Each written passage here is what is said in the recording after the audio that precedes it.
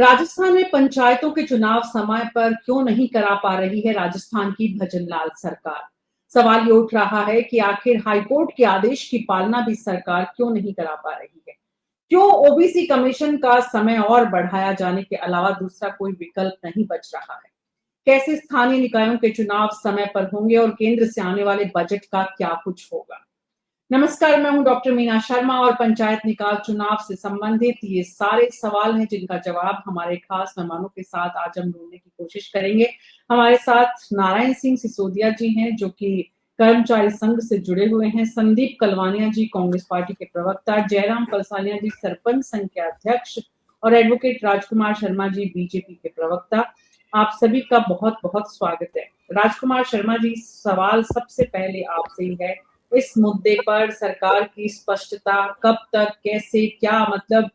राजकुमार जी को आवाज नहीं जा रही। आवाज फिर नेटवर्क कमजोर हो गया, आवाज नहीं आ रही है मैडम। मीना जी आपकी आवाज नहीं सुन पा रहा हूं मैं। राजकुमार शर्मा जी, हम आपको सुन पा रहे हैं। मेरा सवाल अगर आप मुझे दोबारा से एंटर होना पड़ेगा, आवाज नहीं आ रही आपकी।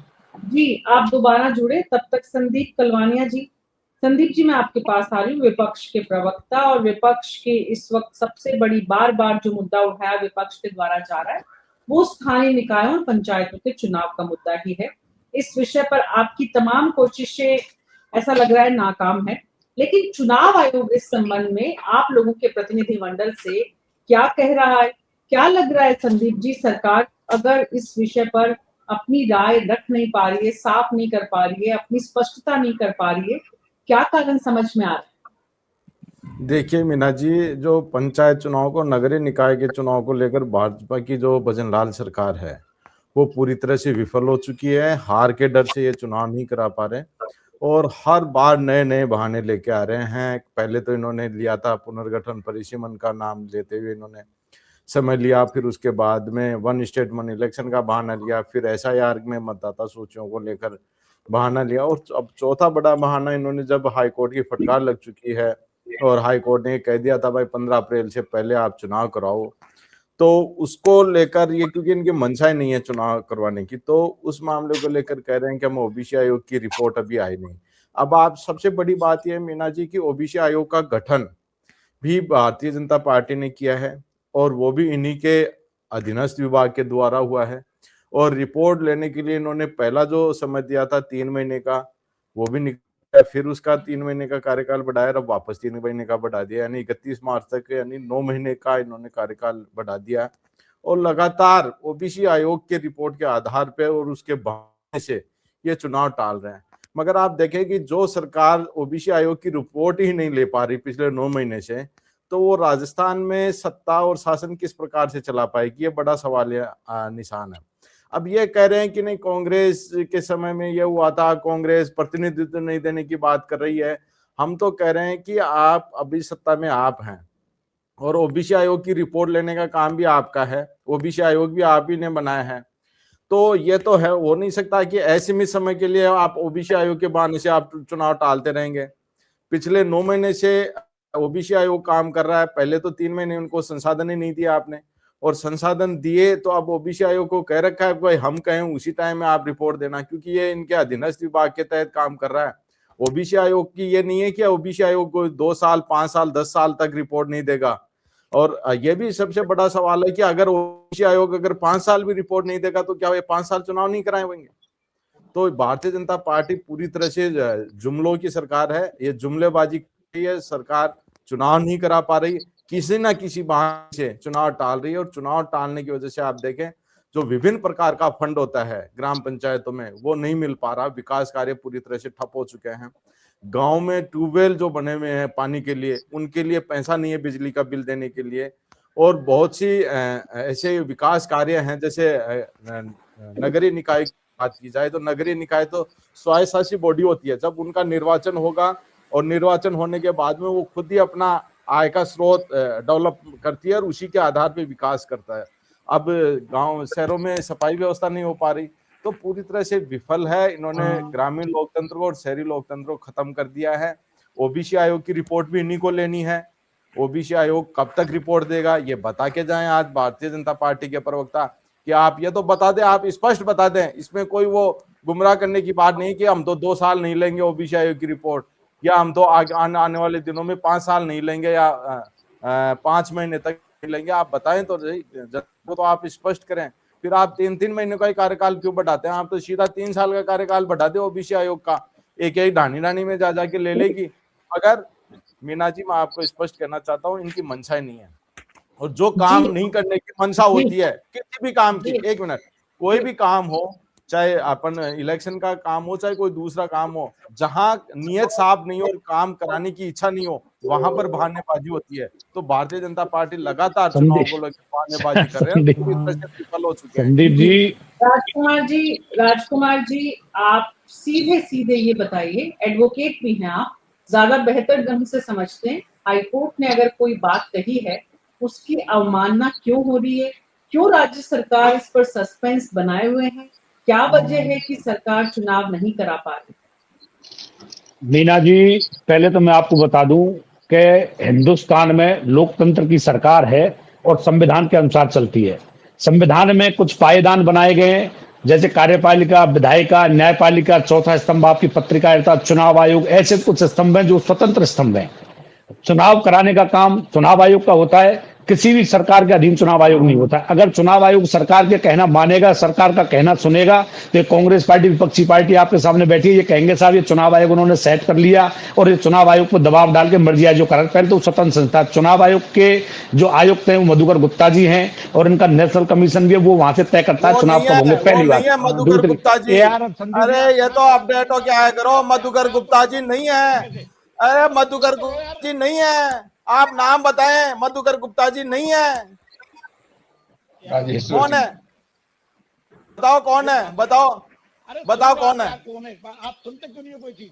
हाँ बताओ। मैं आपको ये कहना चाहता हूँ, कांग्रेस के जो प्रवक्ता है ना, वो पंचायत राजकुमार शर्मा जी, सरकार आपकी है, अधिकारियों की जानकारी आपको मीना जी, मैं कह रहा हूँ कुछ मुझे बोलने का मौका दो आप। संदीप जी, मैंने आपको बहुत अच्छे से सुना है, बहुत धैर्यपूर्वक सुना है। इस तरह जल्दीबाजी करना कोई मतलब आपके लिए अच्छी बात नहीं। आप प्रवक्ता हो तो सुन तो लो। क्या हो गया तो क्या हो गया? हाँ, गलत बोल दिया तो क्या हो गया? सही बात है, तो क्या हो गया? मैं कह रहा हूँ, सुनो, आप सुनने की कोशिश करो। अभी भी नहीं बता पाओगे आप कौन है निर्वाचन आयुक्त? कांग्रेस के प्रवक्ता का पंचायत चुनाव पर बोलना मतलब शेर के शाकाहारी होने जैसी बात करना है। आप एक बात बताइए, ये आज इतनी बड़ी बड़ी बातें कर रहे हैं, हम फेल है। आप ये बताइए, आपने कितने ज्ञापन चुनाव आयोग को दिया? आपने अरे हमने तो PIL लगाई है, ज्ञापन से क्या होता है? ज्ञापन क्या होता है? PIL की बात करो ना आप, तो ज्ञापन बड़ा होता है, PIL बड़ी होती है। नहीं, ज्ञापन बड़ी होती है, PIL बड़ा होता है। क्या बात कर रहे हो आप? PIL की बात कर रहे हो, ज्ञापन की बात कर रहे हो? PIL आपने लगाई है क्या? संयम लोढ़ा और किसने लगाई है? संयम लोढ़ा जी ने लगाई है। संयम लोढ़ा जी कौन है? संयम लोढ़ा जी कौन है? आप बताना, कौन है संयम लोढ़ा जी? आप गलत फैक्ट लेके बैठते हो यहाँ पर। आपको परिचर्चा नहीं करनी आती। आप भारतीय जनता पार्टी के प्रवक्ता हो, आप झूठ का पुलिंदा हो, आप झूठ बोलते हो। आप संदीप जी, बिल्कुल हाई मत करिए, परेशानी होगी, कोई फायदा नहीं है। राजकुमार जी को बोलने दीजिए। और राजकुमार जी, बात ये है कि जो सवाल पूछा जा रहा है उसका जवाब देंगे तो बेहतर होगा। बात ये है कि मधुकर गुप्ता जी को गए हुए समय हो गया, राजेश्वर सिंह जी को आए हुए भी समय हो गया। सत्तारूढ़ दल के प्रवक्ता के नाते आपकी जिम्मेदारी है कि आप ये ध्यान रखें। लेकिन मैं कहना चाह रहा हूँ, विनम्रता से इस बात को स्वीकार भी कर सकते हैं कि ठीक है, मुझसे गलती हो गई, मैं ध्यान रखूंगा, आगे से मैं और जानकारी लेकर आऊंगा। कोई मीना जी, किसी चीज को कहने सुनने से पहले उसको मौका देना चाहिए। इस तरह से बीच में बोलकर, इस तरह से मेरी बात पूरी होने देते। कोई बात होती है तो उसको बताते, मैं स्वीकार करता है। इसमें कौन सी बात? आप ठीक कह रहे हो, हर आदमी परिपूर्ण नहीं होता।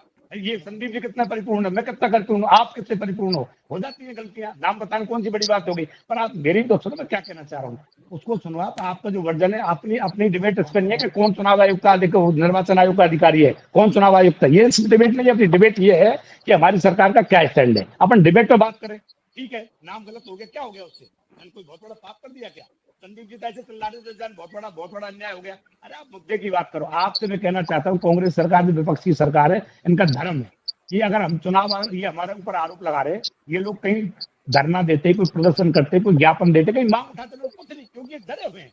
ये खुद डरे हुए चुनाव में जाने से इनको डर लग रहा है। अगर मान लो ये अगर नहीं इससे अपने पाक हाथों से आ रहे, साफ हाथों से आ रहे, तो आपने बताइए आपने कहाँ प्रदर्शन किया। भजनलाल जी की सरकार अपनी बुद्धिमत्ता और प्रतिभा के दम पर बहुत आगे बढ़ रही है और आप अपनी दोहरी राजनीतिक दोहरे चर्च के कारण लगातार गड्ढे में जा रही है। दुनिया देख रही है, पूरा देश देख रहा है, हिंदुस्तान देख रहा है। बात चुनाव की है। चुनाव आप ये बताइए, हाई कोर्ट का सुप्रीम कोर्ट का निर्णय सर्वसम्मत निर्णय है। सरकारें उस निर्णय को बदलने में सक्षम नहीं है। अब 2 अप्रैल को इनकी अवमानना लगी हुई है। हाई कोर्ट क्या आदेश देगा उस पर हमको देखना है, उसके बाद हमारी सरकार विचार करेगी। रही बात चुनाव की, चुनाव आपको पता है कि तकनीकी रूप से चुनाव रखा हुआ है। चुनाव जो ओबीसी आयोग की रिपोर्ट है वो रिपोर्ट डिले हो रही है। मैंने आपको पिछले डिबेट में भी कहा था कि 24,000 वार्ड पंच और 24 सरपंच ओबीसी आयोग की रिपोर्ट से प्रभावित होने वाले हैं। आपके ऑडियो में कुछ प्रॉब्लम है, टीम एक बार दोबारा कनेक्ट करें आपको, ताकि राजकुमार जी का ऑडियो ठीक से सुने। और राजकुमारी जी, गलती होना गलत नहीं है, लेकिन गलती पर सफाई देना जरूर सही नहीं है।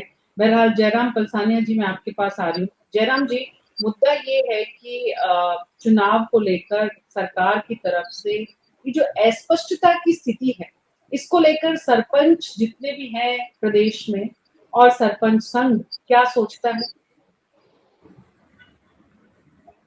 मीना जी, जब कार्यकाल बढ़ाया गया था और सरपंचों को जब प्रशासक लगाया था, तो माननीय मुख्यमंत्री महोदय ने एक हिंट दिया था कि कोरोना काल के 2 साल खराब हुए हैं, वो अभी आप लोगों के काम आ जाएंगे। तो पहले से ये तय था कि 2 साल पे चुनाव होंगे। और ये ओबीसी आयोग की जो रिपोर्ट है, इसका सुप्रीम कोर्ट का आदेश है कि भाई जब तक ओबीसी आयोग की रिपोर्ट नहीं आई तो उससे पहले चुनाव नहीं करा सकते। तो सरकार ने ओबीसी आयोग का सहारा ले रखा है और ओबीसी आयोग की जब रिपोर्ट आएगी उसके बाद ही चुनाव कराएगी। तो नवंबर दिसंबर से पहले चुनाव होने की कोई संभावना नहीं है। और ये भी सही है संदीप जी जो बोल रहे हैं कि गांव में सफाई की व्यवस्था जो है वो बिगड़ी हुई है। उसका मुख्य कारण है एफएफसी की राशि अटकी हुई है, वो एफएफसी की राशि जारी नहीं हो रही। और एफएफसी में जो टाइट फंड होता है उससे सफाई कराई जाती है। माननीय मंत्री महोदय, पंचायत राज मंत्री महोदय, उनको सिर्फ एक सफाई का ही ध्यान है। उनको ये भी पता नहीं है कि कितनी तो राशि उसकी एफएफसी की बकाया चल रही है, कितनी एसएफसी की बकाया चल रही है। वो जहां जाते हैं अनर्गल बयान देते हैं, कहीं बोलते हैं कि 7 लाख रुपए प्रति माह मैं सफाई के देता हूँ, सफाई क्यों नहीं हो रही, जबकि 7 लाख के हिसाब से 84 लाख तो टोटल साल के 84 लाख हो गए, जबकि हमारे को बजट 50 से 55 लाख रुपए मिलता है। तो ऐसे ऐसे मंत्री बैठे हुए हैं सरकार में जिनको अपने विभाग का ही पता नहीं है कि कितनी राशि बकाया है। ये भी उनको मंत्री जी को पता नहीं है कि स्टेट फाइनेंस कमीशन है उसकी राशि पंचायत राज में आती है। अभी 9 मार्च को तीसरी बार वो बोल चुके कि पंचायत जो स्टेट फाइनेंस कमीशन है वो ग्रामीण विकास में आता है। तो जगह जगह अनर्गल बयान दे रहे हैं, इससे सरकार की किरकिरी हो रही है। अब इसी कर में गए थे, इसी कर में कर्मचारियों को और प्रशासकों को वो निलंबित कर रहे हैं सफाई के लिए। उनको ये खुद को ये देखना चाहिए कि सफाई की जब राशि नहीं आ रही तो सफाई कहाँ से होगी।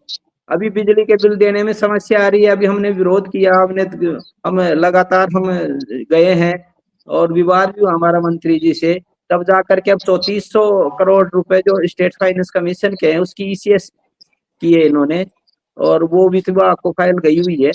वो पैसा आएगा तो ये बिजली के बिल और जितनी भी जो और छोटी मोटी जो समस्याएं हैं वो हल होंगी।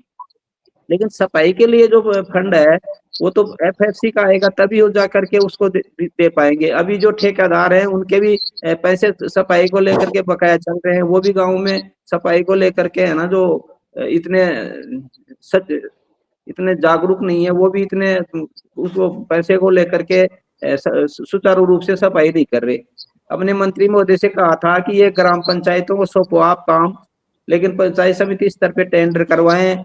कई बार नोटिस दिए, 2-2, 3-3 बार नोटिस देने के बाद में भी सफाइयां नहीं हो रही। तो जो मुख्य समस्याएं हैं उनकी तरफ मंत्री जी का ध्यान नहीं है और अनर्गल बयान दे रहे हैं बिना मतलब। लोगों को जो पावर है उनके पास, उस पावर का गलत इस्तेमाल कर रहे हैं वो, और इस गलत इस्तेमाल की वजह से बीजेपी को इसका खामियाजा भुगतना पड़ेगा आने वाले समय में।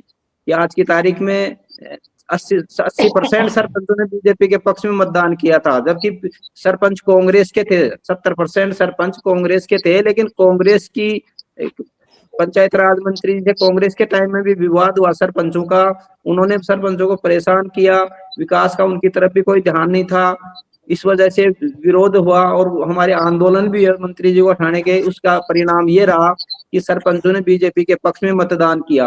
लेकिन आज सरपंचों की जो दुर्दशा है वो कांग्रेस के समय थी उससे भी ज्यादा खराब है।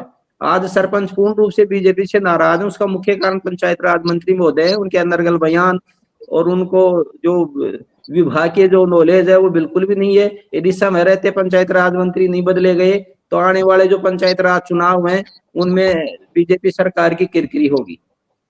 जी, बीजेपी सरकार की किरकिरी होगी, लेकिन आपका ये भी कहना है कि सरकार की मंशा साफ है, सबको पता है, जग जाहिर है, बस उसके बाद भी खाली जनता को भ्रमित करने के लिए हाईकोर्ट के उस पाले में गेंद को डालकर एक तरह से समय जो है उसको खींचा जा रहा है। नारायण सिंह जी, इस पूरे मामले में आप जब लोगों के संपर्क में आते हैं और बहुत सारे स्थानीय निकायों से जुड़े हुए मुद्दे, दरअसल आप लोगों से भी सीधा सीधा संबंध है इसका, क्या समझ में आता है आपको सरकार की जो ये अप्रोच है, सरकार का ये जो रवैया है, इसको लेकर क्या कुछ कहा जा रहा है? देखिएगा मीना जी, जैसे अभी हमारे बाकी के साथियों ने बताया, अब ये पूरा मुद्दा पंचायत और निकाय चुनावों का है। वो न्यायालय के आदेशों, सरकार और ओबीसी आयोग और चुनाव, राज्य चुनाव आयोग के ऊपर घूम रहा है चारों साइड। इन चारों एजेंसियों के बीच में ये पूरा मुद्दा घुमाया जा रहा है या घुमाने की कोशिश की जा रही है। और प्रदेश की जो जनता, जो लोकतंत्र की जो सबसे पहले सीढ़ी है, ग्राम पंचायत और पंचायत, वो उस सीढ़ी को जानबूझ करके देरी करना, ये मान के चलिएगा मीना जी, ये अच्छी बात नहीं है और ये लोकतंत्र के लिए अच्छा संकेत नहीं है। मैं आपको ये कहना चाहूं, ओबीसी आयोग का कल कार्यकाल खत्म हो रहा है, जैसा कि आज के अखबारों में छपा है, तो कार्यकाल फिर बढ़ा दिया जाएगा।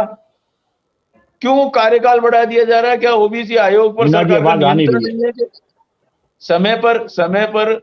समय पर आप ओबीसी आयोग को रिपोर्ट देने के लिए क्या सरकार उनको पाबंद नहीं कर सकती है? क्या राज्य चुनाव आयोग को इस मामले में इंटरफेयर नहीं करना चाहिए?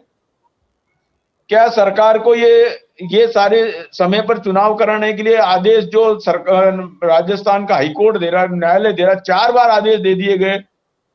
आप देखिए, अगस्त, नवंबर, सितंबर, मार्च, 4 बार ऑर्डर जारी किए गए हैं। उन सारे ऑर्डरों की अवमानना हो रही है।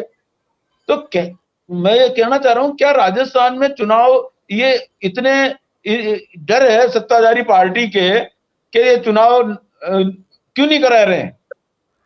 भाई अभी तो आपकी सत्ता या कांग्रेस और हमारे को बीजेपी से कोई मतलब नहीं है। हमारा मतलब यह है कि ये जो चुनाव निकायों और अपने ग्राम पंचायत और पंचायतों के और जिला परिषदों के होने हैं, ये चुनाव बहुत महत्वपूर्ण है। ये संकेत देता है कि सरकार की इस वक्त स्थिति क्या है, सरकार इस वक्त काम कर रही है, वो सही कर रही है या नहीं कर रही है।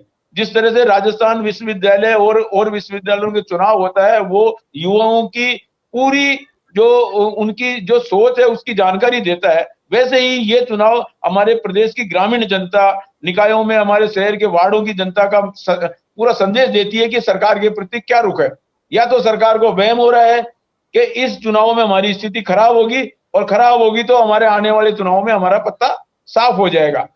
कुछ ना कुछ तो गड़बड़ लगी रही है। तो मेरी राय है कि सरकार को आदेश की पालना, तो हाईकोर्ट के आदेश। जयराम पलसानिया जी, जब आपने कहा कि मुख्यमंत्री से मिले, मुख्यमंत्री ने कहा कोविड टाइम वाला जो 2 साल है वो आपको मिल जाएगा, कि दरअसल सरकार क्यों डिले कर रही है, इसकी स्पष्टता आप लोगों को, अगर कुछ लोगों को है, पूरी जनता को हो जाए, दरअसल सरकार ये टाइम बाय क्यों कर रही है? मीना जी, ये पहले से ही जब ये तय था कि 1 स्टेट 1 इलेक्शन पॉलिसी लागू करेंगे, और 1 स्टेट 1 इलेक्शन पॉलिसी जब सरकार ने लागू की तो सरकार को पता था कि 1 स्टेट 1 इलेक्शन पॉलिसी लागू करेंगे तो सबका जब तक कार्यकाल पूरा नहीं होगा तो चुनाव कराना संभव नहीं है। तो अभी इस साल में लास्ट में जाकर के सारे जो जिला प्रमुख हैं, प्रधान हैं, उन सबका कार्यकाल इस साल में अंत में जाकर के पूरा होगा। तो जब तक कार्यकाल सबका पूरा नहीं होगा, इससे पहले सरकार चुनाव नहीं कराएगी। टेक्निकली अगर ये बात सरकार एक्सेप्ट कर ले कि हम ये चुनाव इसलिए डिले करा रहे हैं, इसमें कोई परेशानी है? इसमें कोई कानूनी व्यवधान है? हाँ, स्वीकार करना चाहिए। सरकार को करना चाहिए, इसमें दिक्कत कहाँ आ रही है? इसमें कोई दिक्कत नहीं है। One state one election policy को तो जनता ने सराहा है और अच्छी पॉलिसी है, इसमें कहीं भी कोई दिक्कत नहीं है। जब इन्होंने घोषणा की थी इसकी, तो जनता ने एक अच्छा मैसेज गया था कि सीएम साहब ने बहुत अच्छा डिसीजन लिया है और इसमें ये बेस्ट डिसीजन मेकर साबित हुए हैं। तो इसमें कोई दिक्कत नहीं है। यदि एक साथ चुनाव ये करा रहे हैं तो इनको स्पष्ट बता देना चाहिए कि हम इससे पहले चुनाव नहीं कराएंगे और एक साथ चुनाव कराएंगे। ये बताने में दिक्कत क्या है? अब ये तो बीजेपी के प्रवक्ता से पूछो आप, बीजेपी वालों से, भाई क्या दिक्कत है इनको बताने में? हमारे हिसाब से तो कोई दिक्कत नहीं है, बता देना चाहिए। समझ में क्या रहा है? एक तो आपको लगता है, विपक्ष को लगता है कि सरकार की तैयारी नहीं है, सरकार चुनाव हार जाएगी, इस डर से चुनाव नहीं करा रही है। ये तो आपका विपक्ष का आरोप है। लेकिन जो जयराम पलसानिया जी ने जो बात कही वो फैक्ट शीट है कि दरअसल चुनाव वन स्टेट वन इलेक्शन की तर्ज पर राजस्थान सरकार कराना चाहती है। इसके लिए वो समय को बार बार डिले कर रही है। चुनाव समय पर ही होंगे जब सारे स्थानीय निकायों के, पंचायतों के चुनावों का 5 साल का समय हो जाएगा, क्योंकि चुनाव पहले नहीं कराए जा सकते। देखिए मीना जी, मेरे को 5 मिनट का समय देना। जिस प्रकार से भारतीय जनता पार्टी के प्रवक्ता पूरे 30 मिनट के अपने डिबेट के शो में अपने सिस्टम को सेट करने में लगे रहे हैं, वो आपके जवाबों का और हमारे जवाबों का देने से बच रहे हैं, सवालों का जवाब देने से, उसी प्रकार से भारतीय जनता पार्टी की जो सत्ता में जो आसीन जो भजन लाल जी की सरकार है वो पूरी तरह से विफल है। अब मैं आपको बताऊं, आपने अभी एक पूछा कि आखिर ये चुनाव वन स्टेट वन इलेक्शन कराना चाहिए इनको, वन स्टेट वन इलेक्शन, मगर जब हाईकोर्ट ने जो डिसीजन दिया था उस समय इनको खड़ा होके उनके जो राज्य सरकार की तरफ से जो सरकारी अधिवक्ता हैं उनको कहना चाहिए था भाई ये हमारी वन स्टेट वन इलेक्शन की पॉलिसी है और हम इसके आधार पे हम चुनाव कराएंगे, इस वजह से हम 15 अप्रैल तक चुनाव नहीं करा पाएंगे। मगर वहां पर तो इन्होंने कहा कि हम समय पे चुनाव कराएंगे। अब वन स्टेट वन इलेक्शन की जो बात आ रही है, जयराम जी भी कह रहे हैं, दूसरे भारतीय जनता पार्टी के प्रवक्ता भी कह रहे हैं वन स्टेट वन इलेक्शन कराएं, मगर आज तक ये कोई भी अध्यादेश लेके आए या कानून लेके आए तो ये बता दें कि हम इस कानून के तहत वन स्टेट वन इलेक्शन करा रहे हैं। राजस्थान की जनता भी संतुष्ट हो जाएगी भाई वन स्टेट वन इलेक्शन करवाना चाह रहे हैं, मगर वन स्टेट वन इलेक्शन संभव नहीं है। अनुच्छेद संविधान के अनुच्छेद 243 ई और यू में स्पष्ट प्रावधान है कि 5 साल में आपको चुनाव कराने पड़ेंगे। ये नहीं है कि आप किसी भी बहाने से आप चुनाव टाल सकते हो। ये सुप्रीम कोर्ट तो विपक्षी पार्टी यहाँ पर ये पूरी तरह से विफल है। अब 5 साल आप देखें, जो सरकार, जो पर्ची की सरकार, जो पर्ची की सरकार एक ओबीसी आयोग की रिपोर्ट नहीं ले सकता, वो राजस्थान का विकास कैसे कर सकता है? आप ये जुमलेबाजी करेंगे और क्या करेंगे? इनके पास इनकी कोई मानता तो है नहीं। ओबीसी आयोग इनका है, ओबीसी आयोग इनका है, न मेरा है न आम जनता का है। आम जनता जयराम जी तय करेंगे कि 5 साल बाद में वो रिपोर्ट आएगी, न नारायण सिंह जी तय करेंगे न मैं तय करूंगा। ये पर्ची की सरकार ही तय करेगी कि ओबीसी आयोग की रिपोर्ट कब देनी है।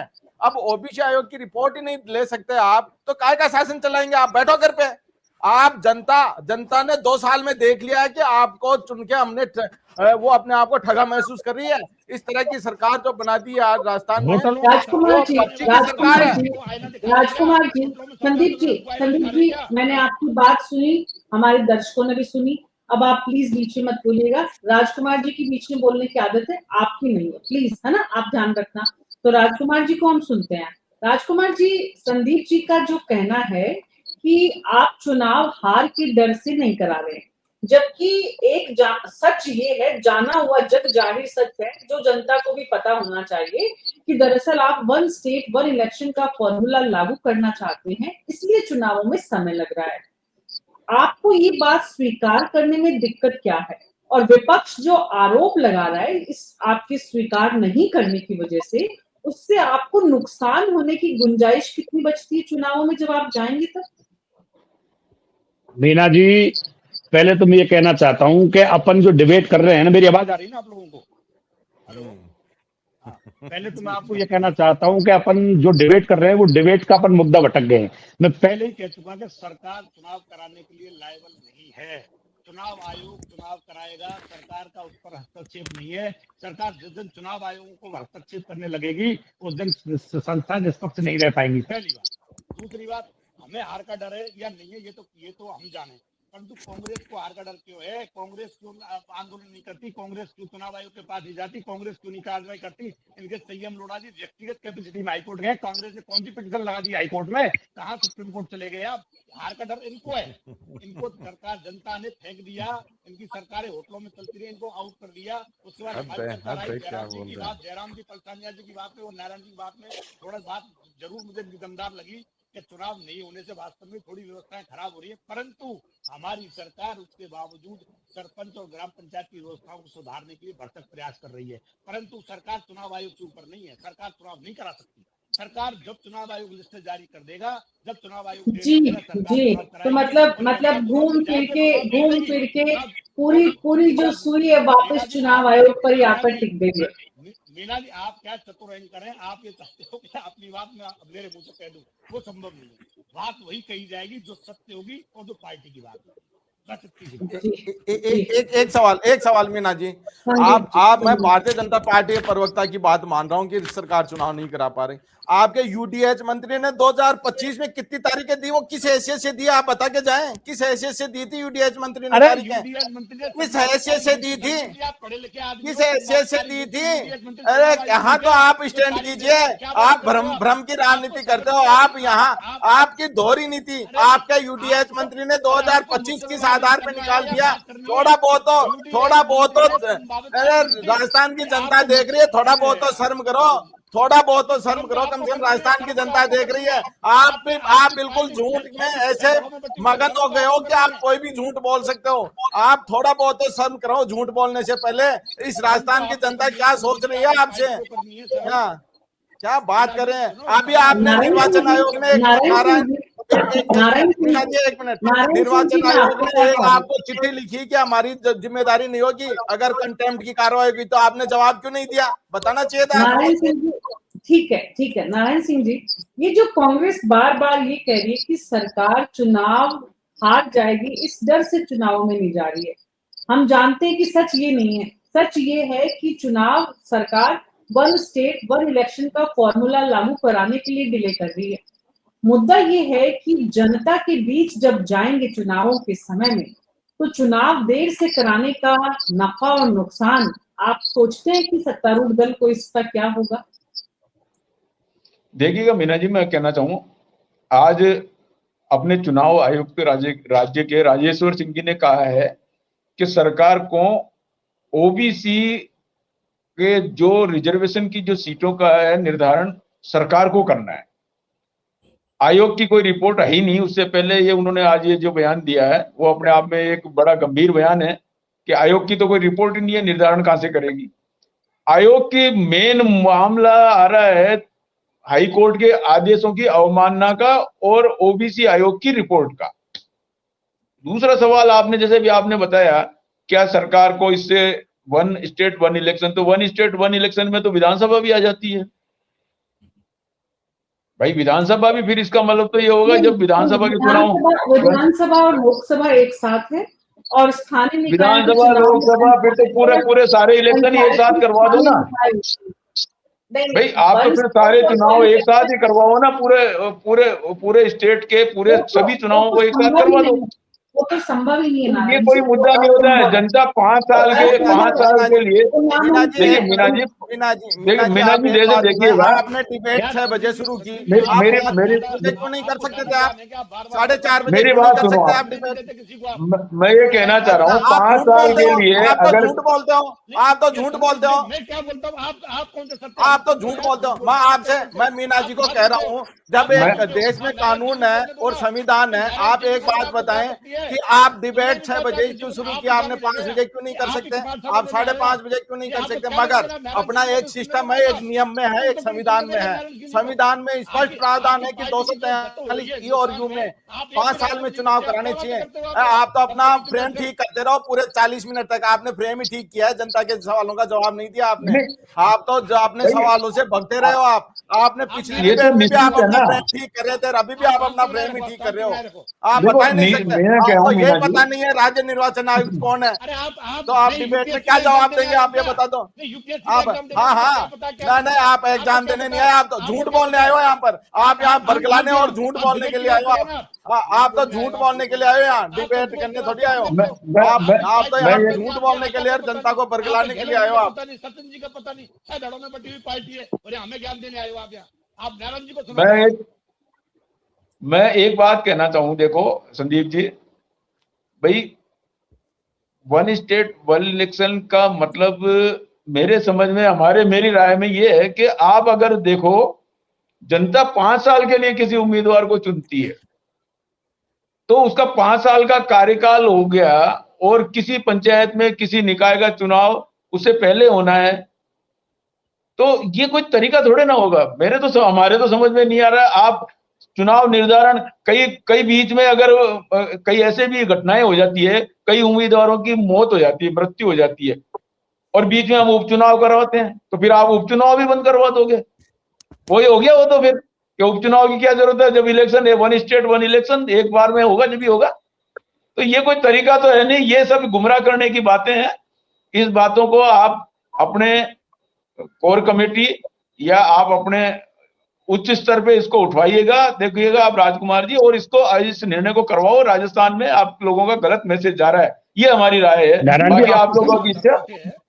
जी राजकुमार जी, मैं आखिरी सवाल आपसे जवाब लेती हूँ।